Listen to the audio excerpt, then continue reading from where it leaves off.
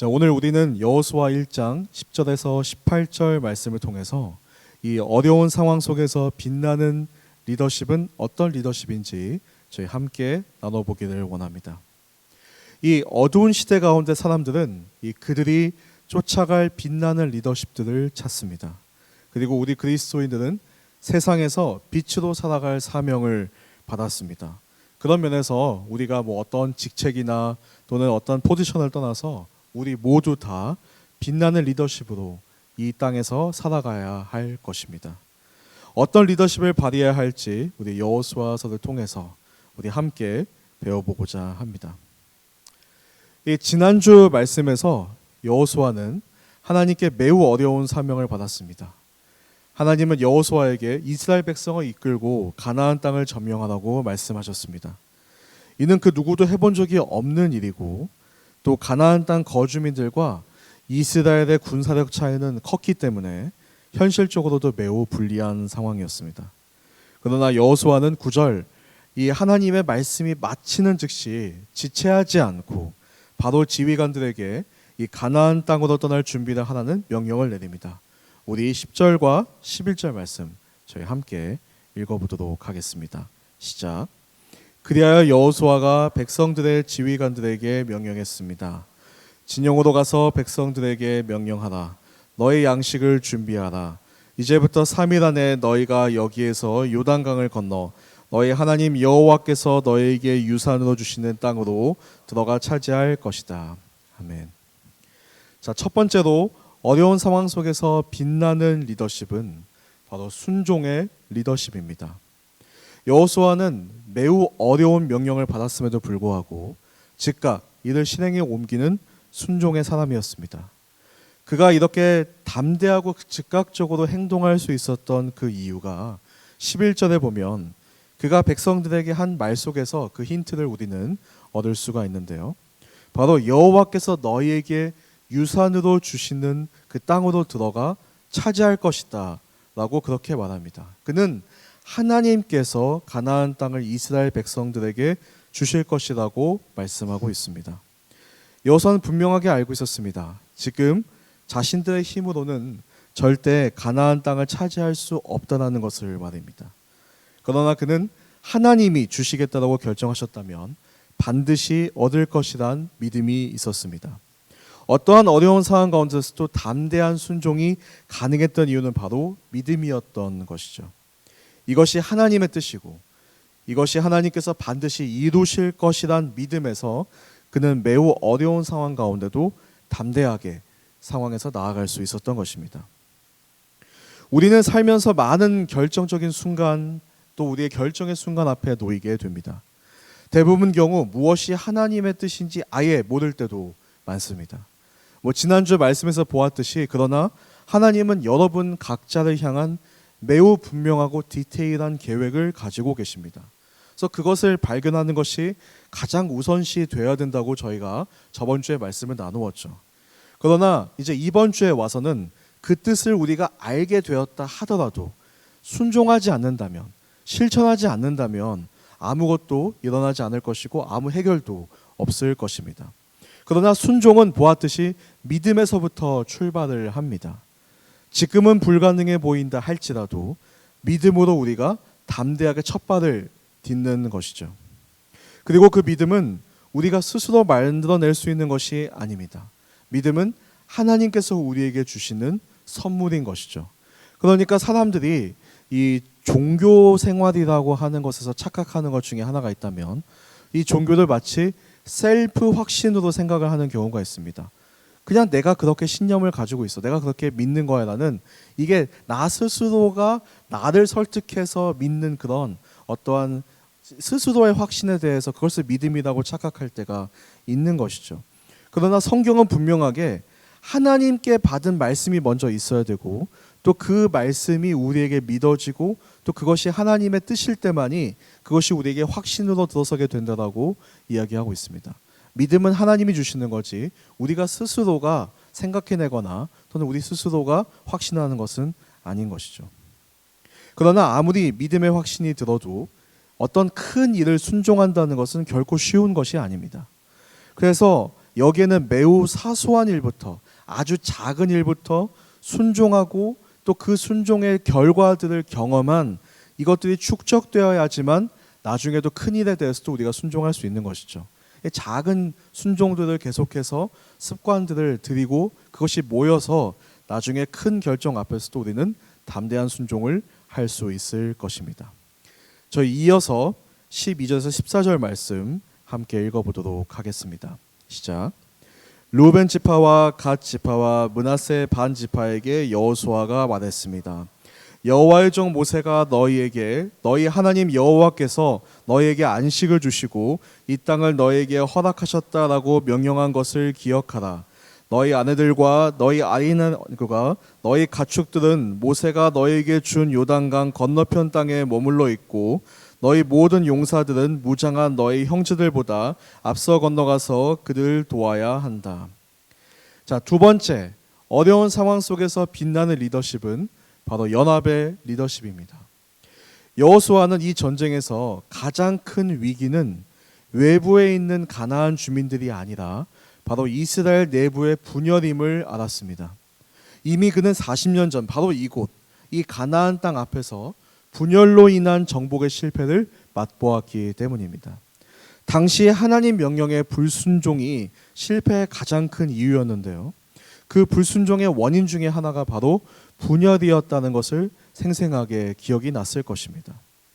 이 40년이 지난 지금은요, 상황이 좀 바뀌었습니다. 이스라엘의 12지파 중에서 오늘 말씀을 본 것처럼 르우벤과 갓과 그리고 므낫세 지파의 반 정도가 가나안 땅을 마주보고 있는 옛 모압 땅에 이미 정착을 해 있는 상황이었습니다. 또 그들은 이 여호수아 앞에 있었던 모세와의 약속으로 인해서 이제 더 이상 가나안 안에서는 땅을 차지할 수가 없었기 때문에 사실 굳이 땅 정복 전쟁에 참여할 필요가 없는 상황이었던 것이죠. 그 두 지파 반이 만약에 모세와 했던 약속을 어기고 전쟁에 참여하지 않았다면 이스라엘 백성들은 매우 동요할 것이고 가나안 땅에 들어가기도 전에 또 와해되어 버릴 상황이었던 것입니다. 여호수아는 그래서 다시 한번 그 지파들에게 너희들은 전쟁에 반드시 참여해야 되며 더 나아가 어떤 지파들보다도 앞장서서 맨 앞에서 전진할 것이라는 그 모세에게 했던 약속을 꼭 지키라고 다시 한번 강조했던 것이죠. 다행히 그들은 그 약속을 잘 이행할 것이라고 화답을 했고 또 실제로도 말씀해 보면 그 약속을 잘 지켰던 것을 보게 됩니다. 우리 일상에는 많은 문제들이 놓여 있죠. 진로가 있고 경제의 문제가 있고 건강이 있고 또 관계의 문제들이 있습니다. 근데 그 문제들을 해결할 때 우리가 잘 하지 않는 질문 중에 하나는 이 문제의 해결 방법이 과연 내가 속한 공동체의 연합을 더 단단하게 할 것인지 아니면 약하게 하거나 분열시킬 것인지에 대한 고민은 우리가 잘 하지 않습니다. 그러니까 내 개인의 문제인데 왜 굳이 공동체 연합을 고민해야 하지라고 생각할 때가 많고요. 또 이렇게 생각하게 된 것 자체가 좀 더 자세하게 우리가 좀 이 역사를 들여다보면요. 이 개인이나 또 나만을 생각하는 것이 자연스러워진 것은 인류의 역사상 사실 100년도 되지 않는다는 것을 우리가 보게 됩니다. 단 20년 전만 해도 상영되었던 드라마들의 대사들을 보면 오늘과 사뭇 다른 것을 볼 수 있어요. 예를 들어서 막 가난한 상황에 살고 있는 주인공이 내가 이 쓰러진 집안을 다시 일으키겠다라고 막 생각을 하면서 뭐 부모님도 더 이상 힘들지 않게 효도한다 막 이런 이제 대사들이 20년 전만 해도 있었습니다. 막 그런 마음으로 열심히 사는 모습을 막 작가가 그려도 사람들이 그것에 대한 공감이 있었죠. 그러나 요즘은 집안을 일으킨다는 생각 자체가 사실 너무 생소해진 시대입니다.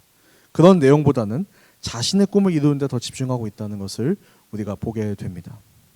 자, 그러나 그리스도인들은 세상과 다른 점이 있다면 바로 연합을 추구해야 한다는 것입니다. 내가 한 결정이 하나님께 영광이 될까? 내가 하는 행동들이 아직 믿지 않은 내 가족에게 복음을 전하는 일일까? 지금 내가 결정한 것들로 인해서 시험에 들 사람들은 주변에 어려워할 순원들은 없을까? 이런 하나님의 뜻을 구하고 동시에 나만을 생각하는 것이 아니라 이웃을 배려하는 삶을 살 때 하나님 사랑과 이웃 사랑을 매일 실천하는 삶의 길이자 동시에 많은 영적인 공격을 막을 수 있는 방법이기도 합니다. 이 사단은 그 무엇보다도 분열을 통해서 공격을 합니다. 우리가 지금 오늘 아울리치 파송식도 가졌지만 아울리치 때 당연히 의견이 엇갈릴 수가 있습니다. 그러나 그것을 잘 조율하고 봉합하지 않으면 그 틈을 사단은 노리게 되는 것이죠.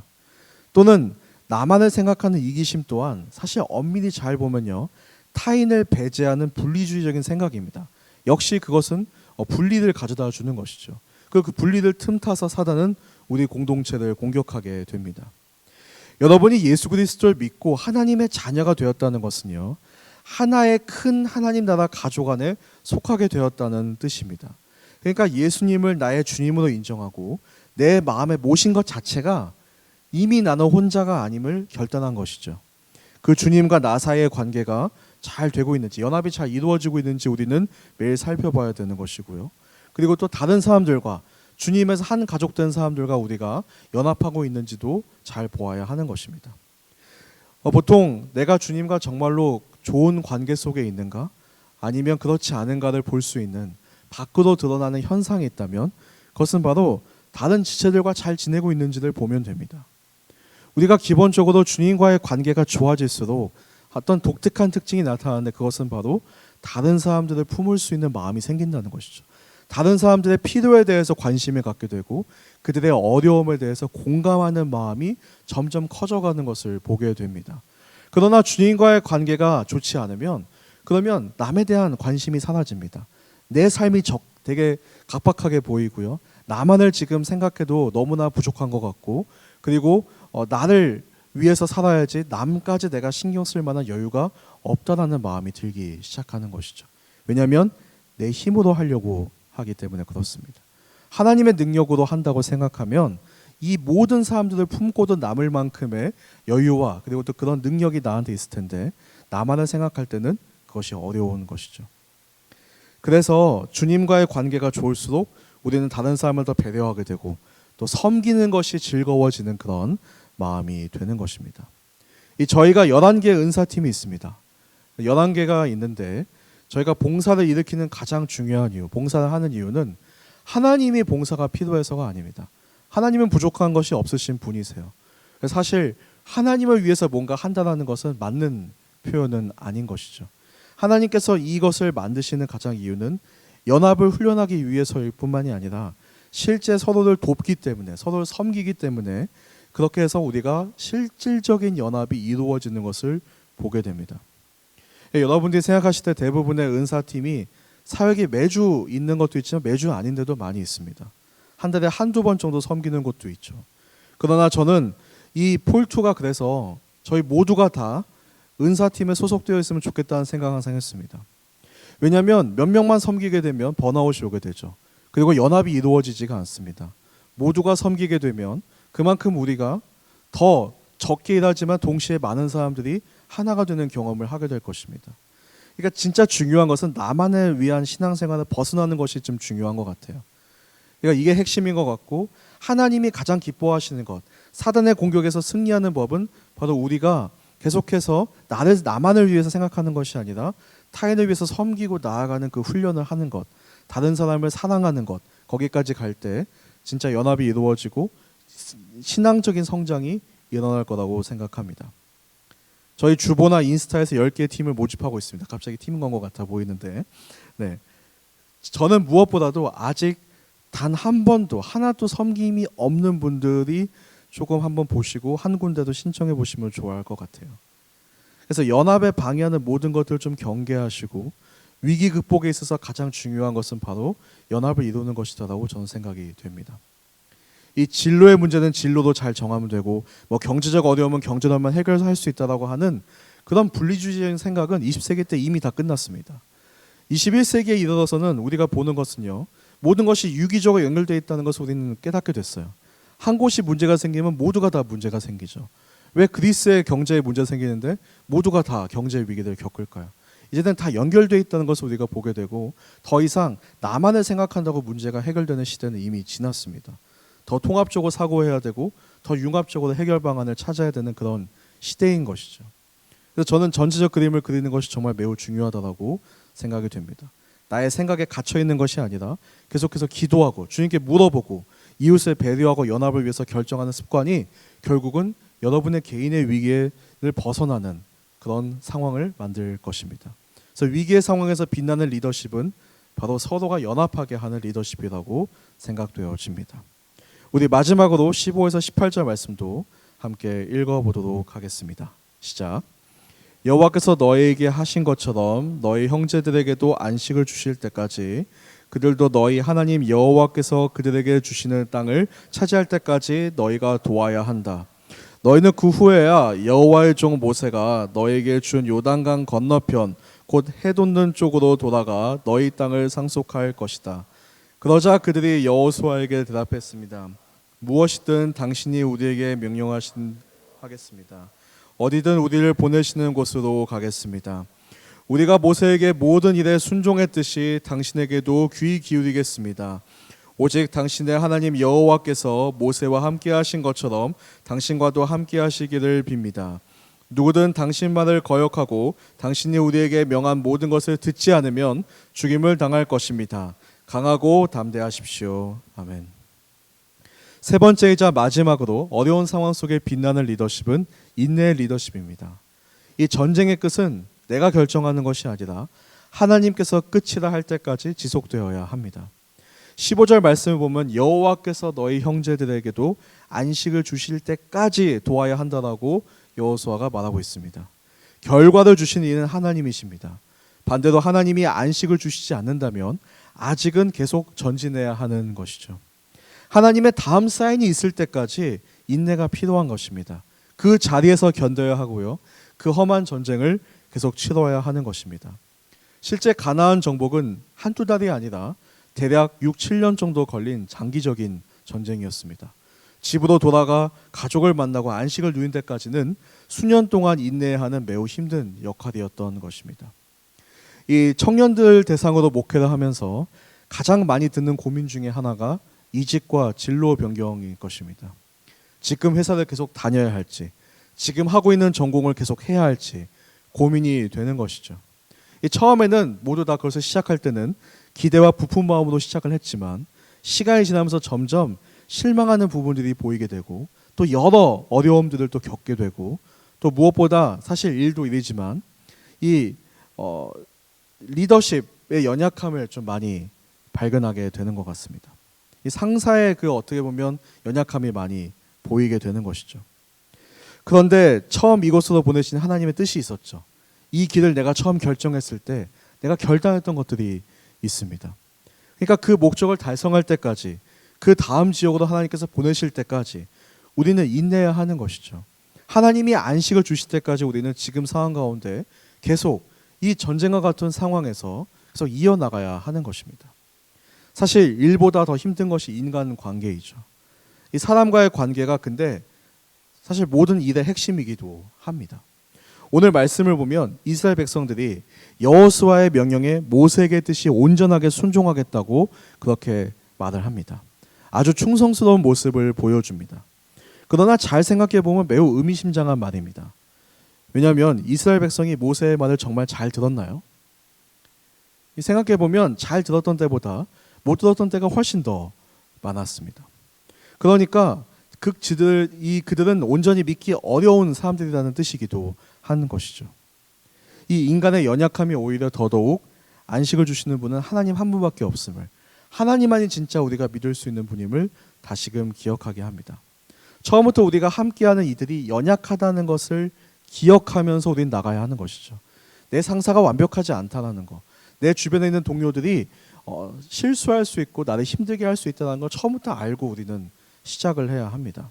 그랬을 때 모세가 그랬듯, 여호수아도 그랬듯이 우리가 사람으로 인해서 아무리 힘든 일을 겪어도 그들의 연약함을 인내하면서 계속 자신의 역할들을 잘 감당할 것입니다. 자, 오늘 이렇게 여호수아서 말씀을 통해서 어려운 상황 속에서 빛나는 리더십 세 가지 특징을 우리가 살펴보았습니다. 순종하는 리더십, 연합하는 리더십, 그리고 인내하는 리더십이 지금 이 어두운 시대에 꼭 필요한 거룩한 리더들의 모습이라고 저는 생각합니다.